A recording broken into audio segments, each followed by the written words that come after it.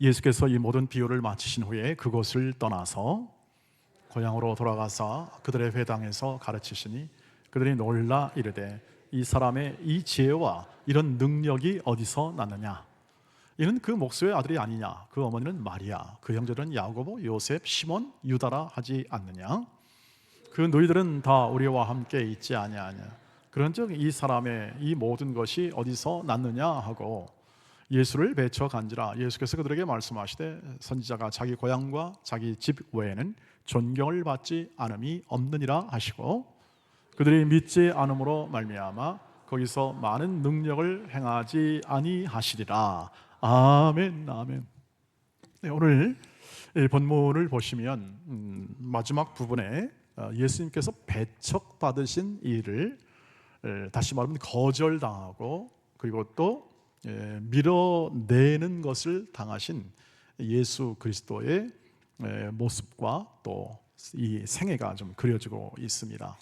그가 천국에 있는 모든 비유를 잘 설명하시고 제자를 이렇게 저들에게 말씀하신 다음에 고향으로 가서 거기서 회당에서 거기는 안식일을 지켰으니까 회당 가서 하나님의 말씀 복음을 또 증언하니까 많은 사람이 놀랬습니다. 야, 정말 놀라운 가르침이다. 당연하지요? 그런데 사람들의 반응이 이것입니다. 저 사람은 참 놀랍긴 한데 저 예수라는 사람은 우리 고향 사람 아니냐?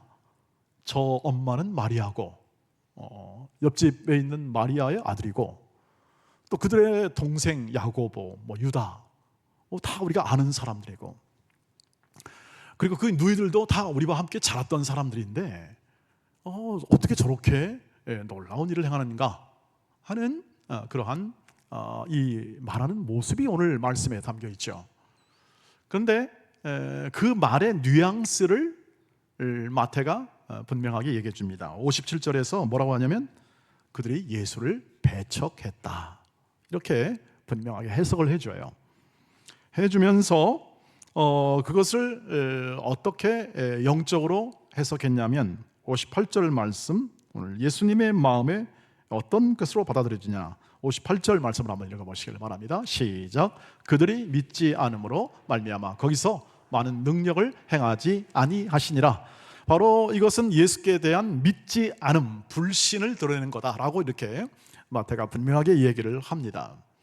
그러니까 그의 고장 사람들이 다른 지역에 있는 사람들처럼 똑같이 예수를 불신하고 믿지 않았다. 예수의 그 말씀을 듣고도 놀라운 말씀을 듣고도 믿지 않았다라고 그렇게 마태가 기록을 하죠. 거기에 관하여 예수님의 마음이 어땠는가? 동일한 본문인데 마가복음 6장 6절에서는 이렇게 얘기합니다. 그들이 믿지 않음을 주님이 이상히 여기셨더라. 야, 왜 저렇게 안 믿지? 이에 모든 촌에 돌아다니시며 가르치시더라. 거기를 떠나 모든 촌에 다니시면서 예수님께서 이제 천국 복음을 가르치십니다. 여러분 어떻습니까? 이 본문을 통해서 우리가 확인하는 것은 예수님 배척 받으셨다. 야, 저 유대 백성들은 아주 어리석은 백성이다. 어떻게 구세주, 자기들을 위하여 구원하러 오신 구세주를 몰라보느냐? 어떻게 분명하게 그 지난 어떤 30년간의 행적을 아는 그런 고향 동네 사람들이 오히려 더 이렇게 불신하는 그러한 모습을 보이는 것은 너무나 좀 이상하다 하는 그러한 우리의 평가가 반드시 있을 수밖에 없죠. 사실 그들이 보여준 이 불신, 예수에 대한 불신은 요한복음에서는 어떻게 평가하냐면 그들이 자기 백성 앞에 오매 자기 백성들이 영접하지 않았다라고 이제 요한은 그렇게 표현을 합니다. 그러니까 우리 입장에서 보면 하나님의 백성들이 하나님 통치하는 하나님의 아들, 하나님이 보내준 그들을 위한 구세주를 그들이 거부한 꼴이 되었습니다. 어처구니 없는 일이죠. 배척하고 거절했으니까 복을 스스로 차버린 그러한 결과로 되는 거죠. 그런데 여러분, 왜 이들이 한결같이, 이 고향 사람들도 마찬가지고 그리고 전에 있던 유대인들도 마찬가지인데 왜 이렇게 배척을 했을까요? 왜 예수를 배척을 했을까? 아니, 우리는 웬만하면요 능력을 행하고 그 다음에 어떤 일에 대해서 탁월한 식견을 보이면 존경하지 않겠습니까? 그리고 그것을 우리 것으로 삼고자 하거나 혹은 우리의 어떤 집단과 어떤 조직의 유익을 삼고자 해서 영접하거나 환영하지 않겠습니까? 그런데 지금 이들은 그렇지 않았다는 것입니다. 왜 그랬을까요? 그것은 뭐냐면 자기가 자기의 소원과 자기의 모든 뜻을 따라서 생각한 예수를 맞았기 때문입니다. 자기의 생각과 자기의 희망을 따라 그려낸 예수를 대하는 거죠. 하나님이 약속하시고 하나님이 보내주시겠다고 약속한 하나님의 말씀을 제대로 이해하지 못한 채 자기들이 바라고 소망했던, 자기들의 모든 주위의 사람들이 생각하고 또 소망했던 구세주를 지금 인하여 지금 구세주가 왔음에도 불구하고 그 진정한 구세주를 영접하지 못했다, 이런 결론이 성경에서 나오고 있습니다. 그러니까 내가 그리는 예수, 내가 바라보고 내가 결정하고 내가 받기로 한 구세주가 아니라 예수는 절대로 내가 바라봤던 희망했던 구세주는 저런 모습이 아니었다는 겁니다. 저렇게 힘없이 조용하게, 우리 천국을 얘기했지 않습니까? 점진성, 점진적으로 은밀하게 사람 눈에 띄지 않게, 그건 하나님의 역사하심을 아니다. 하나님의 역사하심은 바람처럼 불처럼 엘리야에게 임했던 회오리 바람처럼 역사하여 대적을 한 번에 쓰러뜨릴 만한 권능과 능력으로 임해야 된다는 게 이 유대인들의 생각이었습니다. 그것이 구세주이시다. 그런데 예수님은 이렇게 변두리에서 가르치시고 그리고 제자 한 12명 데리고 다니시면서 세계적인 꿈을 꾸고 한다는데 저 허황된 거다. 능력이 있고 지혜가 있지만 그것을 펼치려면 수도 예루살렘에 가서 거기서 마땅히 모든 사람에게 인정을 받고 공증을 받고 그리고 해야 되는 거 아니냐. 여러분, 이건 전부 다 세상에서 통용되는 논리죠. 전부 다 세상 사람들이 공유하고 바라보고 소망하는 것입니다. 잘 되고 그리고 우리가 각자가 이름이 유명해지고 그리고 남에게 인정을 받을 만하고 칭찬받을 만한 일들로서 우리는 인생을 살아가는 게 최고의 가치라고 우리는 생각하고 살아갑니다. 이 세상에서. 그런 생각 속에서 예수를 바라봤을 때 그런 예수는 도무지 그들에게는 구세주가 될 수 없다라는 결론에 내리게 되고 배척하게 된 거죠. 자, 이것은 그냥 이렇게 기록이 되어 오늘 우리에게 성경으로 읽혀지고 있습니다. 저와 여러분이 가지는 신앙의 여정 속에서 오늘 이 말씀을 읽었습니다. 함께 들었습니다. 이유도 알았습니다. 그럼 이 말씀이 도대체 우리에게 주는 의미는 무엇입니까? 이 말씀이 우리에게 허락된 그러한 내용은 무엇입니까? 우리에게 허락된 이 예수의 이 말씀, 예수께서 하신 행적, 이런 것은 우리가 지금 예수를 이미 믿기 때문에 우리는 배척하지는 않습니다. 이미 우리는 예수를 받아들였습니다. 저와 여러분이 예수를 믿는 그 믿음을 가지고 좀 예배하고 오늘 그 믿음의 확증, 구원의 확증을 우리가 이 세례식을 통해서 우리가 보았습니다. 감사했습니다. 그러면 이 말씀은 우리에게 뭘 얘기해 줄까요? 저와 여러분이 가지는 이해는 뭘까요? 어떻게 적용할 수 있을까요? 저런 나쁜 놈들, 저런 멍청한 놈들 하고 끝나버려야 되지는 않겠죠. 유대 백성들이 자신의 구세주를 알아보지 못하고 자신을 위해서 온 예수를 알아보지 못한 그러한 잘못을 그냥 딱 책망하고 끝나버릴 일이 아니죠. 왜 이 말씀이 우리에게 기록됐는가? 우리의 예수를 향한 눈을 뜨게 하기 위해서죠. 배척받으신 예수 그리스도, 예수 그리스도가 우리가 믿는 예수 그리스도이시다. 배척받았다. 사람에게 배척받고 아무도, 거의 모든 사람이 인정하지 않았다. 근데 여러분, 여러분이 예수를 믿고 있습니다. 이거 뭐죠? 믿을 만한 가치를 어디서 발견했죠? 저와 여러분이 예수를 믿는다고 하는데 이들이 지금 배척한 예수를 믿을 가치가 있을까요? 하는 질문을 낳게 되는 겁니다. 여러분, 그래서 우리가 예수 믿는 건 정말 기적이다 하는 것을 여러분 마음에 담으시길 바랍니다. 안 믿었어요. 다들 안 믿어요. 도무지 배척하고 전부 다 거부했습니다. 익히 아는 습관과 익히 아는 지식, 그리고 그들이 열망했던 소망을 따라 정말 잘 살고자 했어요. 그들도 열심히 살고자 했습니다만 예수를 배척했어요. 그런데 우리는 전혀 알지 못하는 이방인으로서 삶을 살다가 지금 예수를 믿고 있습니다. 이것을 은혜라고 말하죠. 내 뜻대로 된 게 아니다. 내 뜻대로 이것이 믿게 된 게 아니다. 하나님이 때가 되매 하나님이 예정하시고 하나님이 작정하시고 하나님이 목적하신 그 때가 되매 성령을 통하여 우리의 마음을 여신 것이다. 이 학생들이 신앙을 고백하고 여러분이 신앙을 고백했던 오늘의 이 모든 신앙 고백도 하나님의 은혜 안에 있음을 믿으시길 바랍니다. 동일하게 우리의 거 있습니다. 그러면 어떻게 살아야 할까요?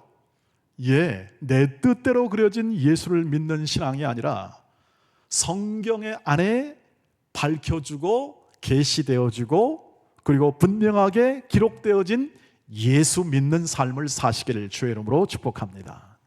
이것입니다. 내 뜻대로 그리는 예수가 아니고 성경에서 증언한 예수입니다. 하나의 예를 들겠습니다. 오늘 빌립보서 2장 6절로 11절 말씀 우리가 같이 읽습니다. 시작. 그는 근본 하나님의 본체시나 하나님과 동등됨을 취할 것으로 여기지 아니하시고 오히려 자기를 비워 종의 형체를 가지사 사람들과 같이 되셨고 사람의 모양으로 나타나사 자기를 낮추시고 죽기까지 복종하셨으니 그 십자가에 죽으심이라.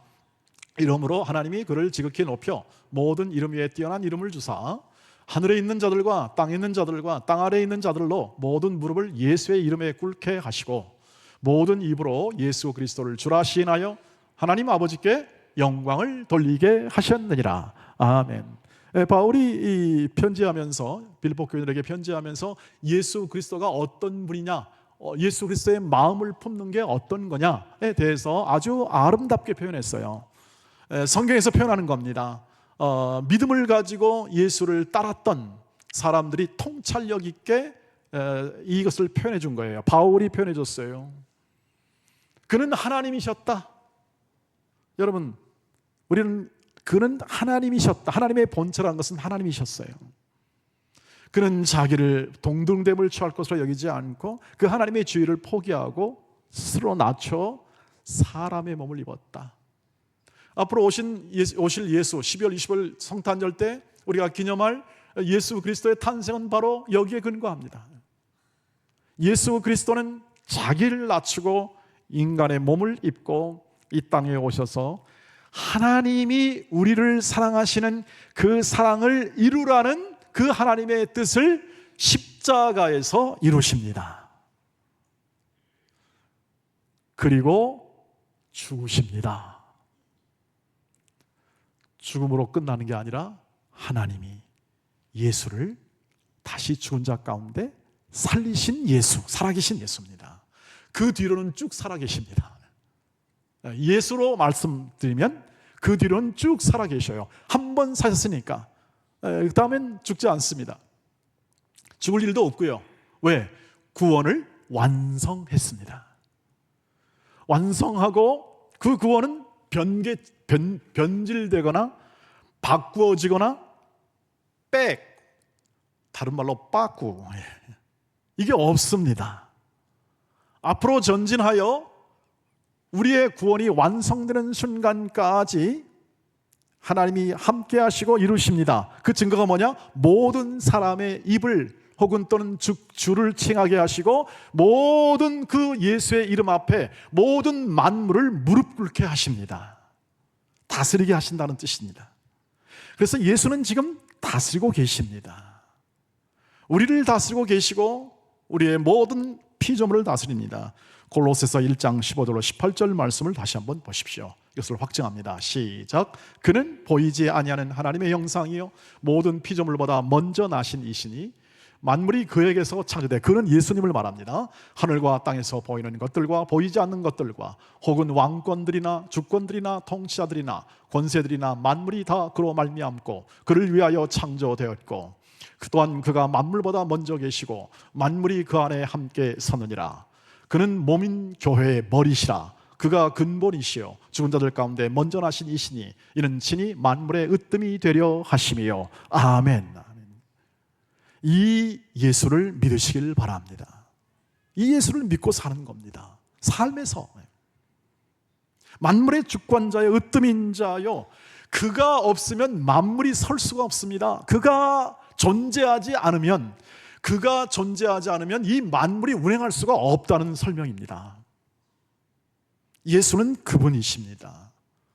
소크라테스, 공자, 그 다음에 마호메트, 이런 사람들을 종교의 창시자요, 이렇게 많은 또 세대 성이다 말하는데, 요즘에는요, 통일교회에서 고 문모모 씨를 거기다가 살짝 끼워놨대요. 요즘에 그런 시대에 살고 있어요. 그러니까 세계 통일을 평화를 위해서 문모모 씨도 거기 반열에 들어간다, 이렇게 설명하고 있는 세대의 설명. 여러분, 비길 데 없는 예수이십니다. 으뜸이라는 건 비길 데 없다는 뜻이죠. 예수님을 체험한 바울이 예수님을 그려주고 있잖아요. 바울의 간증이죠.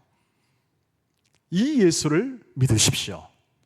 날마다 여러분의 구세주이시요 주님으로 나를 책임져 주시고 나를 양육하시며 지키시며 보호하시는 예수로 믿으십시오. 이것이 성경에서 증거하는 예수를 믿는 것입니다.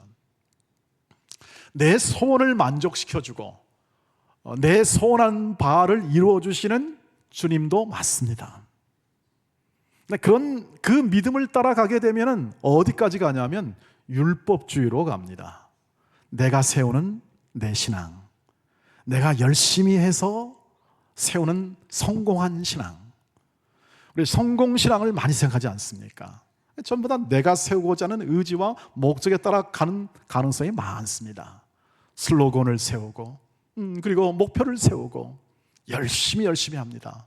근데 가다가 나오는 결과는 두 가지입니다. 열매가 좌절감, 체념, 아니면 우월감이죠. 나는 해냈어. 여러분, 주께서 이것을 원하실까요? 주께서 원하시는 것은 이겁니다. 범사의 모든 일에 예수의 사랑 안에서 참된 것을 하여 범사의 예수까지 자라가는 것입니다. 그래서 천국을 얘기할 때 씨뿌림과 그 다음에 경작에 관한 얘기가 나오는 겁니다. 하나님의 나라는 우리가 뭘 잘해서 성공을 이루는 것에 대한 것으로 이루어지는 것이 아니라 농부이신 하나님께서 친히 씨를 뿌리고 가꾸내시고 키워내시고 열매 맺게 하신다는 사실을 천국을 통해서 우리가 확인했습니다.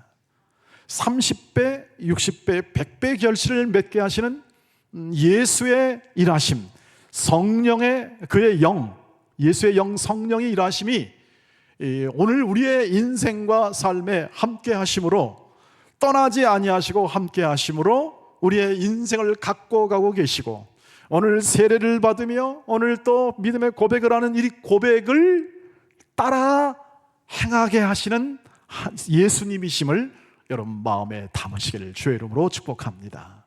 그래서 내가 만든 예수가 아닙니다. 내 뜻대로 내 소원대로 이루어지는 것만으로 만족하는 그러한 예수 믿음을 넘어 오늘 이 말씀을 따라 성경에서 증언해주는 이 위대하신 구세주이시며 창조주이시며 오늘 요한복음 14장 6절의 말씀처럼 길이요 진리요 생명 되신 예수와 세례받은 것처럼 연합한 것처럼 날마다 동행하는 인생과 삶으로 풍성히 열매 맺기를 주의 이름으로 축복합니다. 기도하겠습니다. 자비하신 하나님, 우리에게 오늘도 풍성한 구원의 열매를 눈으로 확인하고 또 감사하며 주 예수 그리스도 그분이 우리에게 보여준 말씀 안에서 보여준 귀하고 복된 그 믿음의 삶 그리고 사랑의 삶을 저희 모두가 힘있게 날마다 새롭게 살아가게 하옵소서.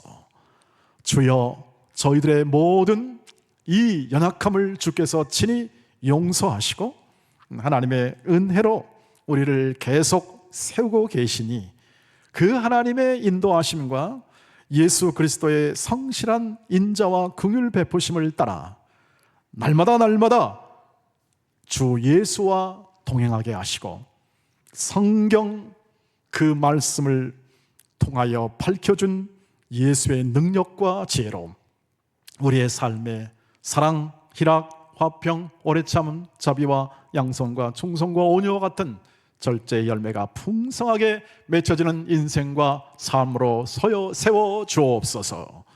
예수님의 이름으로 기도하옵나이다. 아멘. 아멘.